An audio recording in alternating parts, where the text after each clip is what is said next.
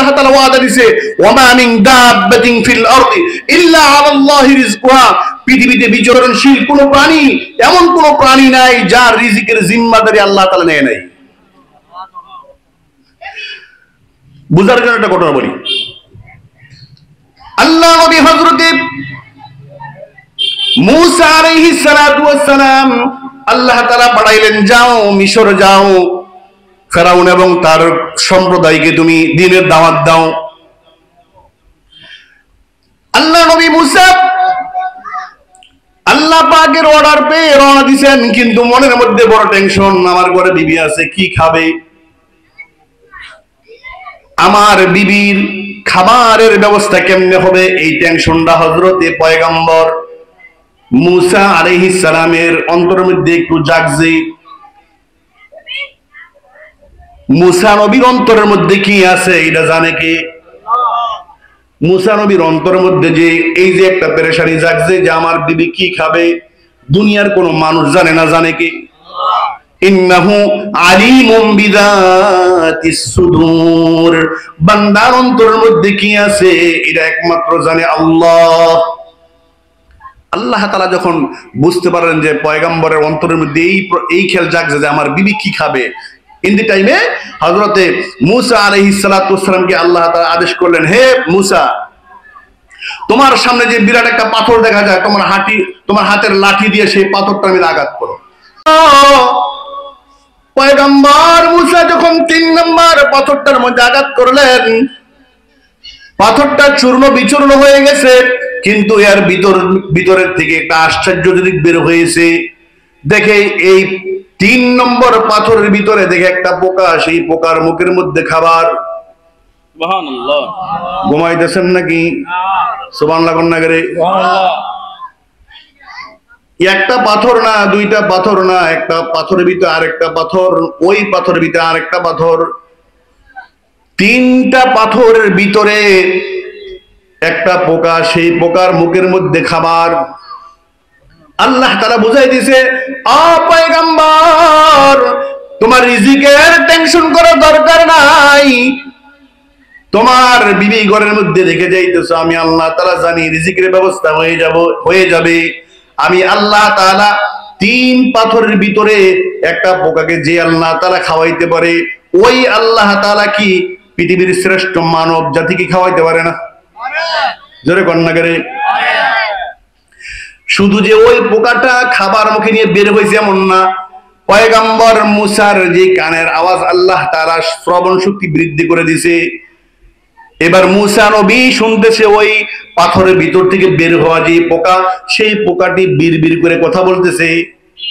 পয়গম্বর মূসা শুনে পোকাটি বলতেছে, সুবহানা মান ইয়ারানি, ওই পবিত্র সত্তার পবিত্রতা ঘোষণা করছি যিনি আমাকে দেখে। সুবহানাল্লাহ। তাফসীরে জালালাইন শরীফের মধ্যে এই ঘটনা বর্ণিত হয়েছে। সুবহানা মান ইয়ারানি, পোকাটা বলতেছে, আমি ওই সত্তার পবিত্রতা বর্ণনা করি যিনি আমাকে এই 3 পাথরের ভিতরও দেখে। ওয়াসমাউ কালামি, যে সত্তা আমার কথা শ্রবণ করে। ওয়ারিফু মাকানি,